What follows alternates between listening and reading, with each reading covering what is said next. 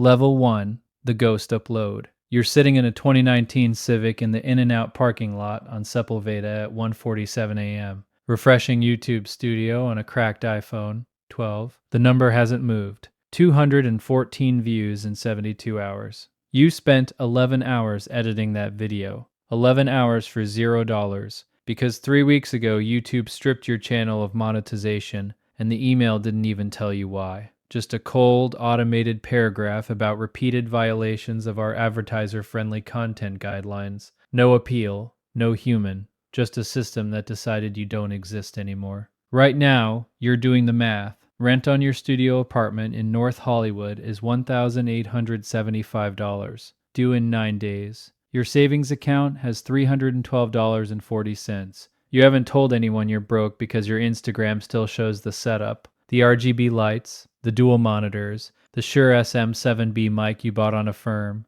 and still owe $187 on. The image is alive. The money is dead. You open TikTok. You start reposting your clips there, watermarked, hoping the algorithm throws you a bone. It doesn't. You get 900 views. No fund, no creator program, no nothing. You're a content ghost, producing, posting, and starving in public. This is what the streets of the internet call the dead channel walk. When your content still goes up on schedule, your thumbnails still pop, your upload frequency stays consistent, but the money pipeline is severed at the source and nobody watching can tell you're drowning. You look active, you're flatlined. You start doing shoutouts for $15. You sell a spot in your Discord for $3 a month. You get 4 buyers, $12. You eat Del Taco twice a day because the bean and cheese is $1.69 and you can survive on that. You film a video about how to grow on YouTube in 2024 inches, while you yourself are bleeding out. That was the easy part, but this is where the desperation starts making your decisions for you. Level 2,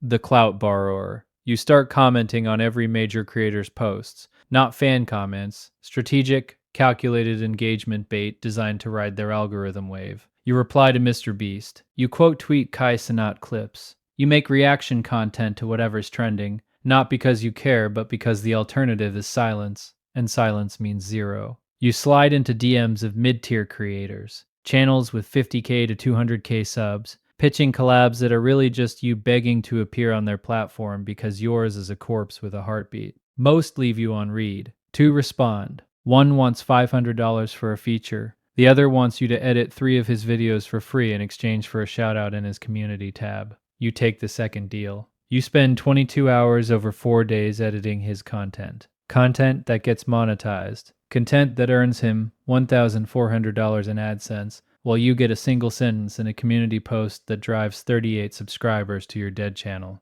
38 people who will never generate you a cent. You learn something cold right here. In this game, clout is currency, and you're taking out loans you can never repay. You're giving labor to people above you in exchange for visibility that doesn't convert, because the platform already tagged you as toxic. Your appeal gets denied. Again, the form letter is identical to the first one. You screenshot it, you post it on Twitter with a caption about YouTube being broken. It gets 12 likes. Nobody's coming to save you. But you haven't hit the real wall yet, because level 3 is where you find out what creators actually do when the lights go off. Level 3, the shadow hustle. You start a second channel. Anonymous. No face, no name, no brand. You use AI voiceover and stock footage. The niche, true crime compilations. You rip stories from Reddit threads, rewrite them just enough to avoid content ID flags, and upload 3 times a week from a $9.99 per month Canva Pro account.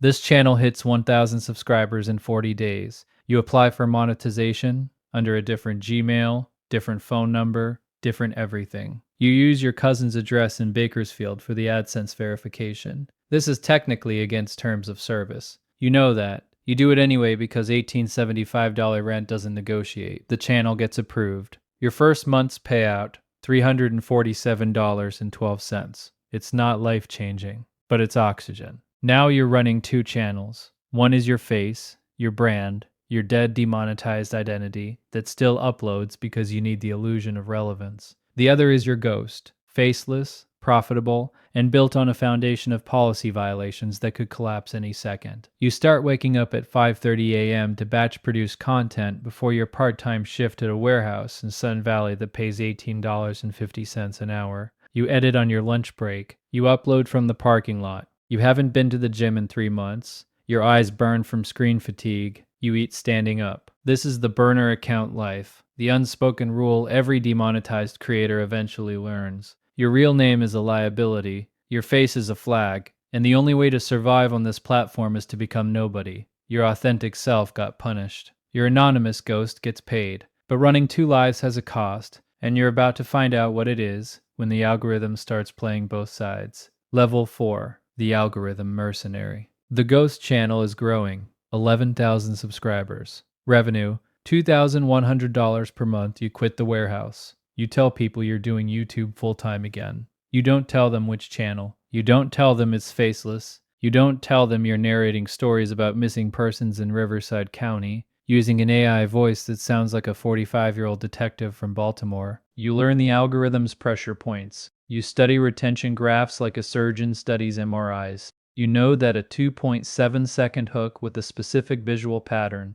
close-up of police tape, then a wide shot of an empty road, then text overlay with the victim's age, hauled 74% of viewers past the 30-second mark. You know that uploading at 2000 p.m. PST on Thursdays gives you a 19% bump in impressions for the true crime niche. You know that titles with numbers and the word never outperform titles with questions by 3-1. This isn't creativity. This is warfare. You're reverse engineering a machine that already tried to kill you once, and now you're feeding it exactly what it wants from behind a mask. You start outsourcing. You hire a scriptwriter on Fiverr for $40 per script. You hire a thumbnail designer in the Philippines for $12 per thumbnail. Your cost per video drops to $67. Your revenue per video averages $380. The margin is clean. But here's the turn. Your original channel, your face, your name, your brand, starts getting comments. Bro, where'd you go? Are you still making content? Did YouTube really do you like that? You respond to everyone. You keep uploading.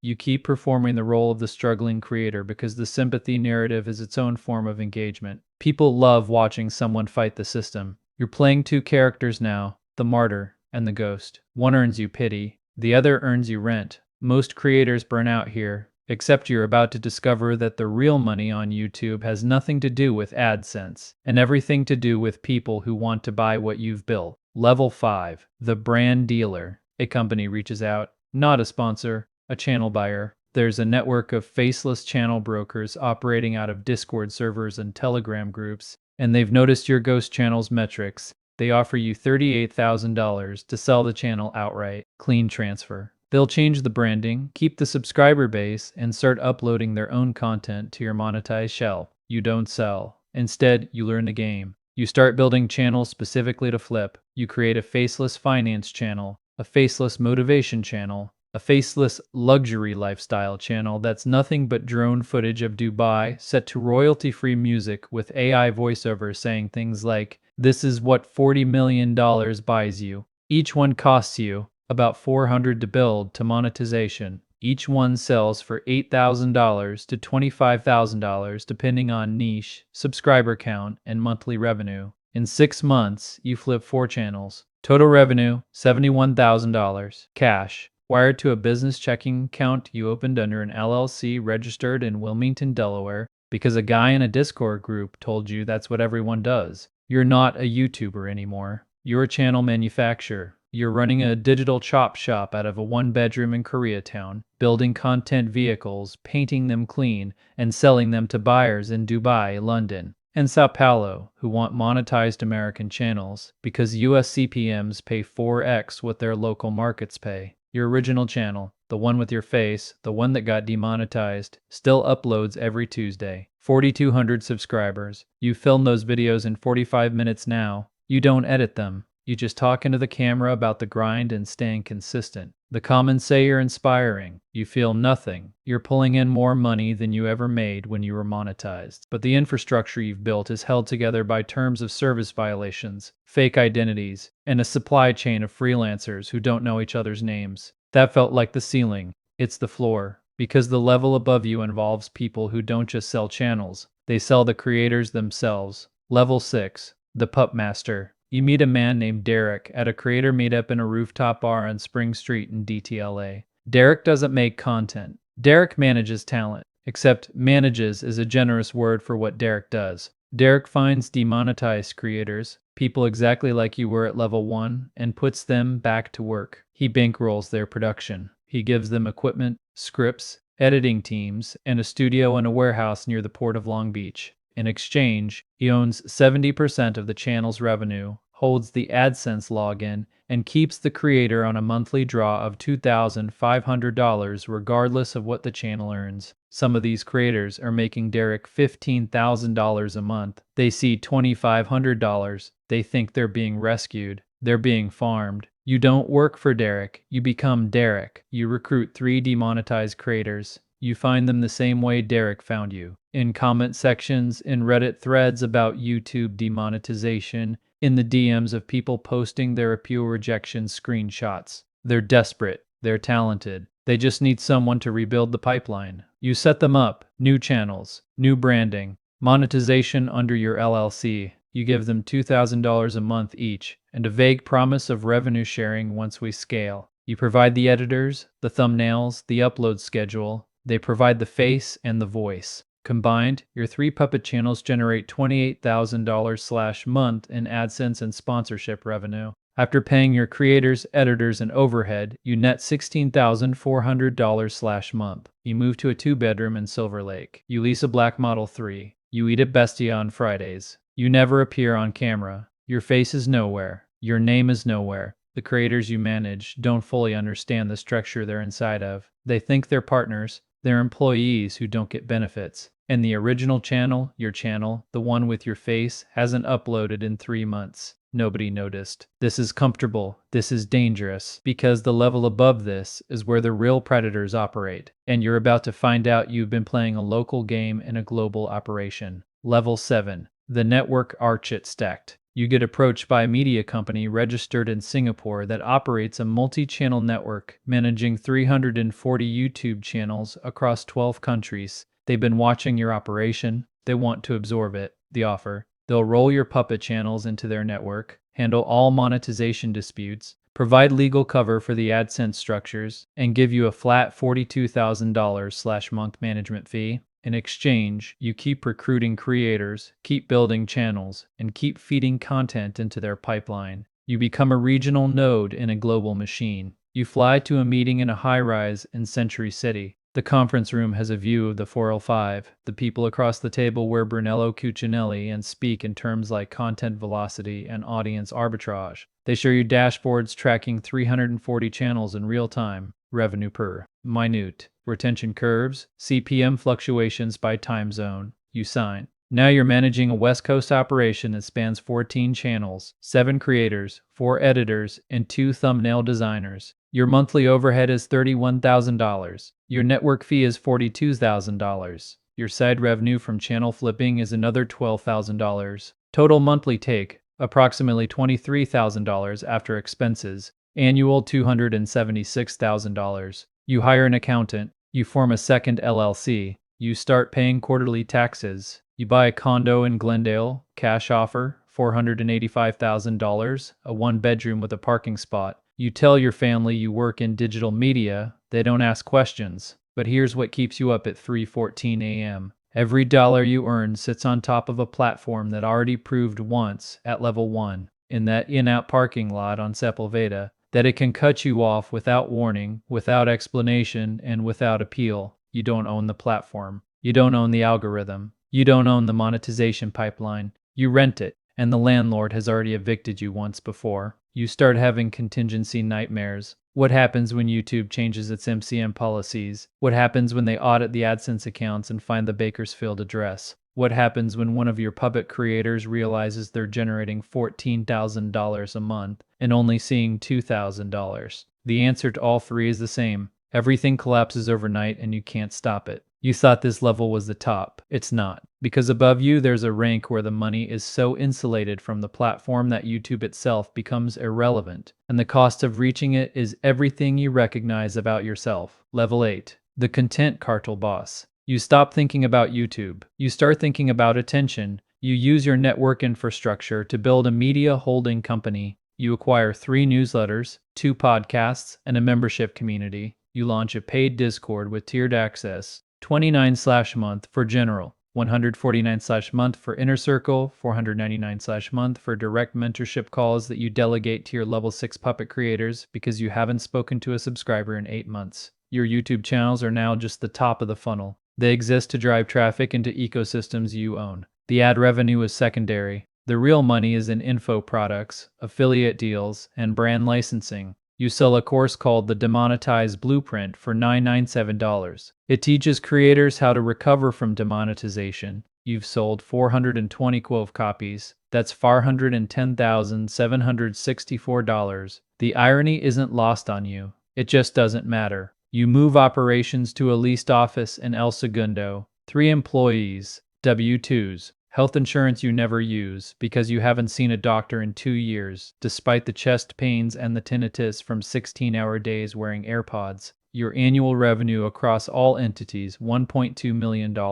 Your annual take-home after taxes, overhead, and contractor payments, $440,000. You are, by every external metric, a success. You are a 7-figure digital media operator who started in a Honda Civic with $312 in the bank. But you don't create anything. You haven't written a script in 14 months. You haven't edited a video in 19. You haven't looked into a camera and said something you actually believe since the night your original channel got demonetized and you posted that raw, unedited rant about how the system was rigged. That video, the one you made when you had nothing, is still your most viewed upload. 1.3 million views. $0 earned. Your phone has 11 group chats. You trust nobody in any of them. Your creators don't know what you make. Your accountant doesn't know about the flip channels. Your network partners in Singapore don't know about the side revenue. Everyone gets a slice of a story. Nobody gets the whole picture, because the whole picture is a machine built on policy violations, identity manipulation,